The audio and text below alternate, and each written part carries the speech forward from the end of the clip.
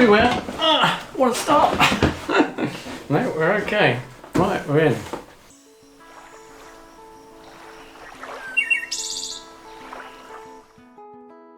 Well, hello, hi, and welcome to my channel studio. Thanks to the guys down at Castle Cameras in Salisbury. I now have the A9II. Therefore, the A9 Camilla has been traded in for the new model, and this was not an easy decision. Well, let's have a look at what's actually in the box. Okay, so what have we got in the box? Ooh, first of all, we have a something that will never get read. First thing in the box is a charging port. I do use that, although the A9 has the feature to charge in camera, so you can literally just plug the camera in. Battery, the new battery. Apparently the battery will last 10% longer in this camera. We'll come on to that. Then the actual camera itself. The one thing I don't use, Sony, is your camera strap. I don't like to go round first thing in the morning with a label which says I've got an extremely expensive camera around my neck. And we have various connections to a computer. What on earth is this? I've got absolutely no idea what that does. Perhaps somebody could let me know in the comments section. Anyway, that's what's in the box.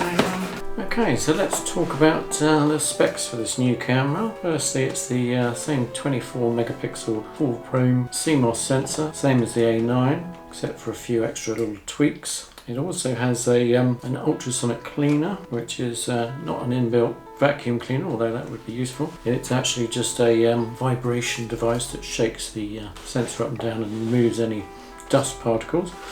We have the mechanical 5-axis stabilizer, obviously very useful for fast moving action. We also have a full ISO range for low light, 100 ISO right through to goodness knows how many thousands, which you never use. The battery life has increased from the A9 by about 10%. It's also got improved video capabilities, which I personally am not particularly interested in. The autofocus is probably the best currently available. Also, the shutter is silent at 20 frames per second, compressed. And also you have a 241 image buffer at 20 frames per second. So now you have the two US 2 card slots, whereas formerly you only had the one. The LCD on the back of the camera pulls out and it rotates like so, but it does not rotate from left to right. It's the perfect size for me. I must admit, about £1 8 ounces, 670 odd grams. Now let's talk more about what it's changed from the A9, the improved ergonomics. Although it seems like a small improvement, it's actually quite a big deal. The better placement of the buttons, the improved grip size, and these dynamics of the actual wheels. So moving on from that one, A9II also has the improved image and colour quality. They've changed the autofocus frame to a red colour as opposed to grey, and this was a particular problem to me because living in England it is often dull and grey and it was very difficult to pick out. The other thing related to England in particular is the improved weather sealing. It's the exposure compensation lock, which you can actually now press the button on here and it locks off the actual exposure, so this wheel will not move. So I think that covers the main specs and improvements I'm looking for.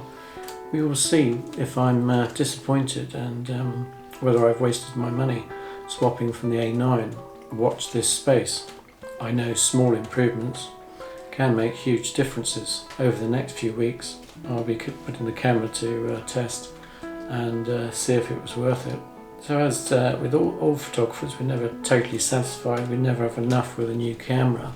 And what would I have liked to have seen on the A9II? Well, a useful feature is a automatic sensor protection when changing the lens, a little shutter which comes down over the sensor when you actually change the lens. So that was one point that would have been very useful. Anyway, and the other main thing that people have been online shouting about the new A9II is that there was no increase in the megapixel count. Personally, I'm fine with the 24 megapixels.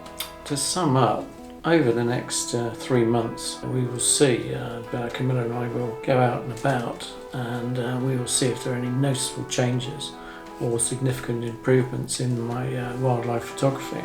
Anyway, just the usual disclaimer, all the thoughts expressed are my own. Sony unfortunately do not sponsor me for this channel. Anyway, so it's over to you guys. Do you need an A9II? Are you sticking with your A9? If you'd like to let me know in the comments below. Please like and subscribe below if you like this video and you want to see more, or if you just want to see a mad wildlife photographer who has wasted his money on a new camera system.